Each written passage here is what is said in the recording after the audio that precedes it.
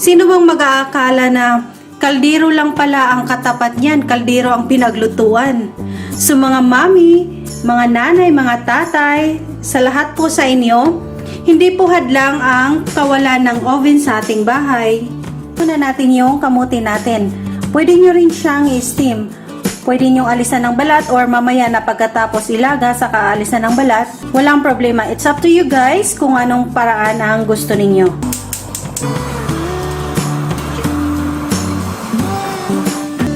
So ngayon, babalatan na natin yung kamuti natin. Kaya na siyang hawakan.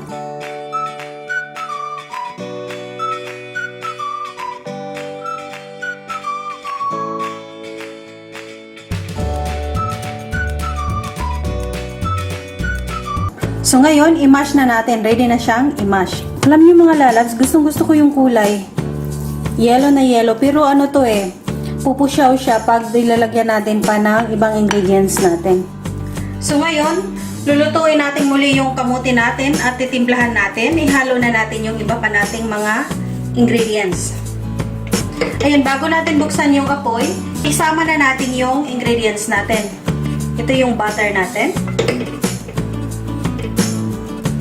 Condensed milk.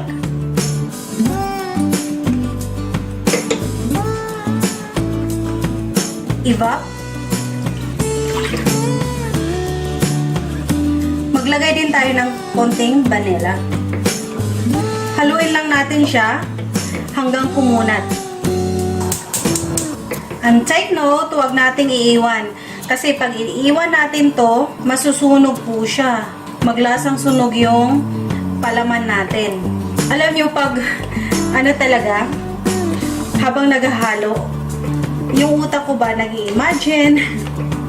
Kaya I was thinking na mas lalo ko siyang papatingkarin, mag-additional tayo ng food color. Pero, optional lamang yan mga lalabs. Kung ayaw yung dagdagan ng food coloring, okay lang po yun. Ako kasi gusto kong makita yung bright color na yellow. Kasi kanina bright na bright siya, tapos nung nilagyan natin ng gatas, of course, namutla siya. Kaya gusto ko magiging bright. Gawin nating makulay ang buhay. Again, optional lamang po siya, okay? Ayan mga lalabs, unti-unti na siyang kumunat. Ang palatandaan nyo po na kumunat na siya, yung bang paghalo nyo sama-sama na sila, hindi na po maghihiwalay. So at this point, magdagdag po ako ng yellow food coloring. Tansyahin nyo lang. At saka yung apoy ninyo, i-reduce nyo yung apoy para hindi po siya masunog kasi papakunat na siya Tsaka depende rin minsan kung yung kaldero na ginagamit nyo or yung mga kung ano mang pinaglutuan yung manipis. So ingat-ingat para hindi po tayo masunugan. Minsan pag maramihan yung gawa ko, minsan may orders or something, si daddy ang tagahalo ko. Ngayon, patay na yung apoy, ihalo natin yung keso natin.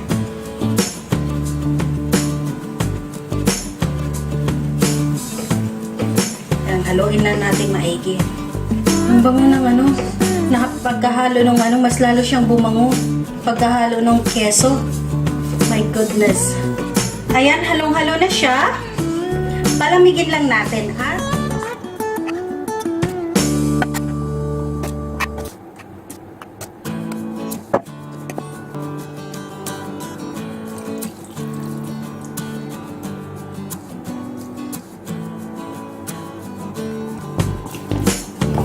Pag mahalo na natin siya, saka natin mamasahin sa ating mga kamay. Maglagay lang tayo ng oil sa ating kamay. Para po siya hindi didikit. Mamasahin lang natin siya mga around 5 minutes like that. Diba? Lalaki ang braso nyo. Alhamdulillah, may gamit naman po ako. Pero, mas gusto ko pong makita para naman po yung mga nanay na walang mixer. Minsan kasi yung ibang mga nanay natin, pagkakita nila sa video, pagtingin pa lang nila, wala sila sa gamit na ganoon or wala sila sa ingredients na ganito. Wala na, nagli-live na sila sa sa video. Kasi iniisip nila, ay hindi pwede, hindi ako makagawa niyan kasi wala akong ganito, wala akong ganyan. Ayan, after 5 minutes, ganyan na siya. So itabi lang natin. So same process pa rin. Paghalo-haluin natin yung mga ingredients natin.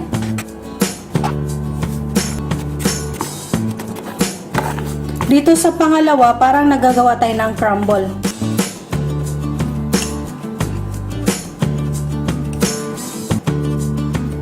Ayan, 225 grams ang ating butter. Dapat yung butter natin is room temperature. Ipisa-pisain lang natin siya. Ayan.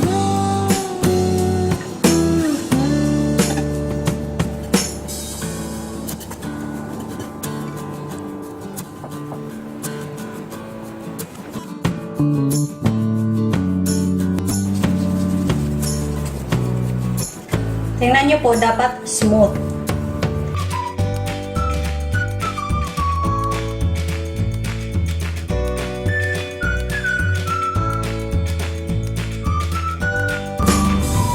Yan o, kung nakikita nyo, ayan. Ganyan siya dapat.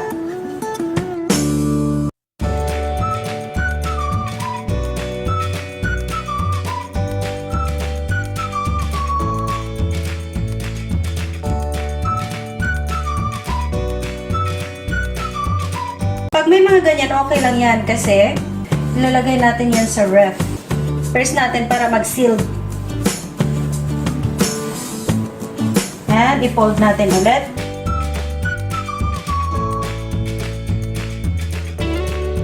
So, dalawang patong po yung fold natin. Ganyan po siya. Fold, tatlo.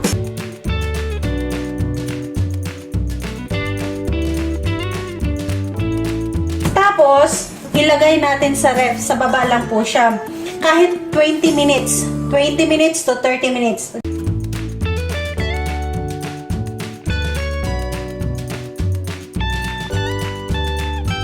I-graze lang natin yung pan na gagamitin natin.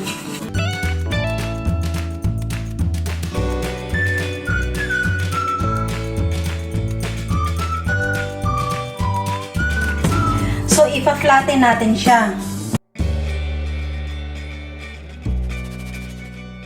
Ayan, i-fold natin siya ulit.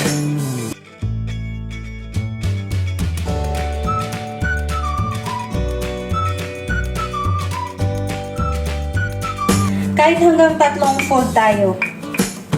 Or kung gusto nyo, hanggang 5. Okay pa nga eh. Sometimes, pag natuwa ako, 5 fold siya. Ginagawa kong 5 fold. Last fold. Fold natin siya ulit. As I've said, pwede nyo i-fold hanggang 5. Tinutulungan ko, pinipress ko muna bago ko siya papagulungan ng rolling pin. Nagkaganyan siya, no? Okay lang yan. Ganda-ganda yan sa natin, sa hopya natin. So, irurulyo natin siya.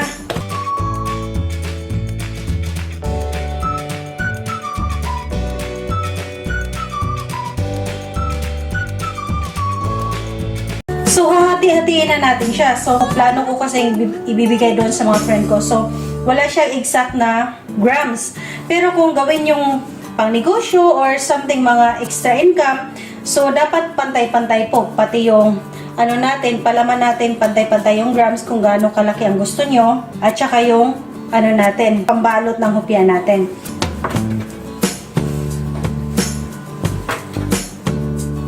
Depende po sa inyo sa cookie cutter ninyo. May ganitong size, it depends sa size at saka sa kapal. Ayan. Ang gagamitin ko itong medyo makapal.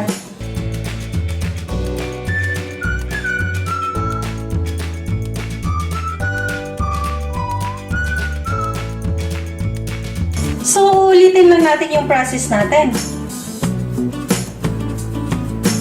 Sa mga nagtatanong kung saan mabibili yung cookie cutter, dito kasi sa ko siya nakikita eh, sa mga alam mo yung gamit pang kusina, alam niyo po yung section doon lang po sila. Pero hindi kasi lahat ng supermarket na mapuntahan natin, depende na lang sa mga malalaking supermarket. Yan, kumpleto sila ng mga supplies. Hanap-hanap na lang po kayo. Madali lang naman itong hanapin eh.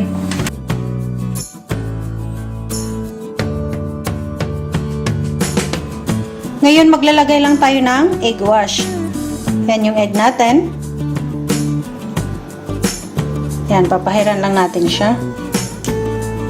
Kuha natin ng konti kasi dumami yung isa.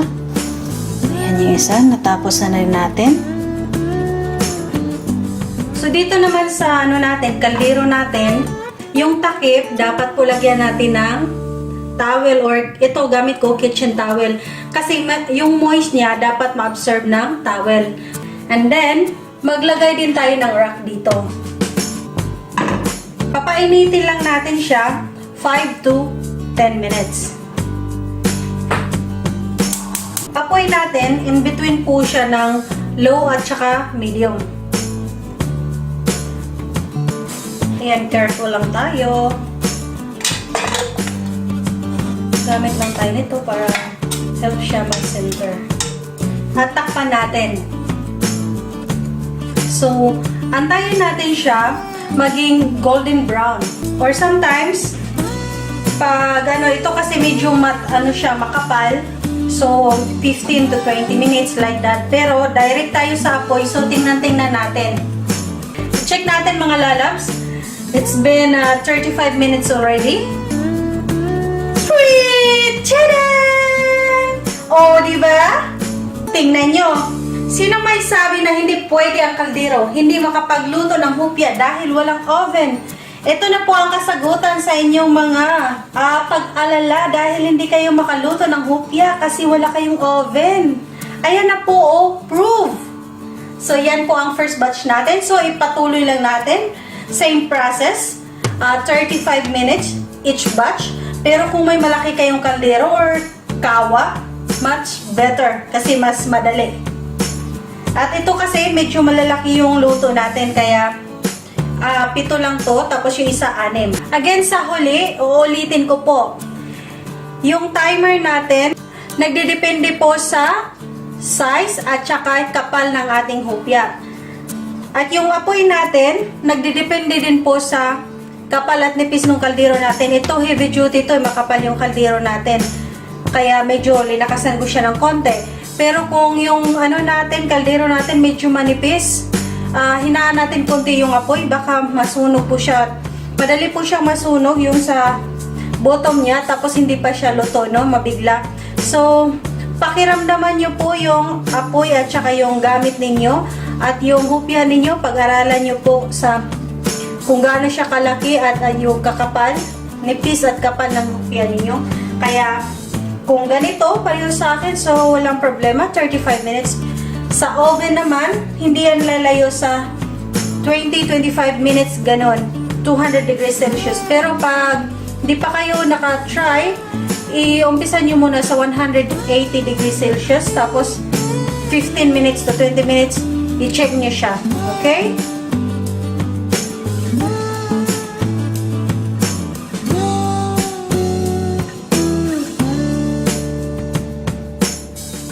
Basta may kaldero, may kawali, or ano pa ang mapaglutuan, pwede po kayong makapagawa ng hupya. Sana naka-impart ako sa inyo kahit papano at makadagdag sa listahan ng inyong mga merienda. And of course, makadagdag sa inyong extra income. Maraming salamat! To God be the glory!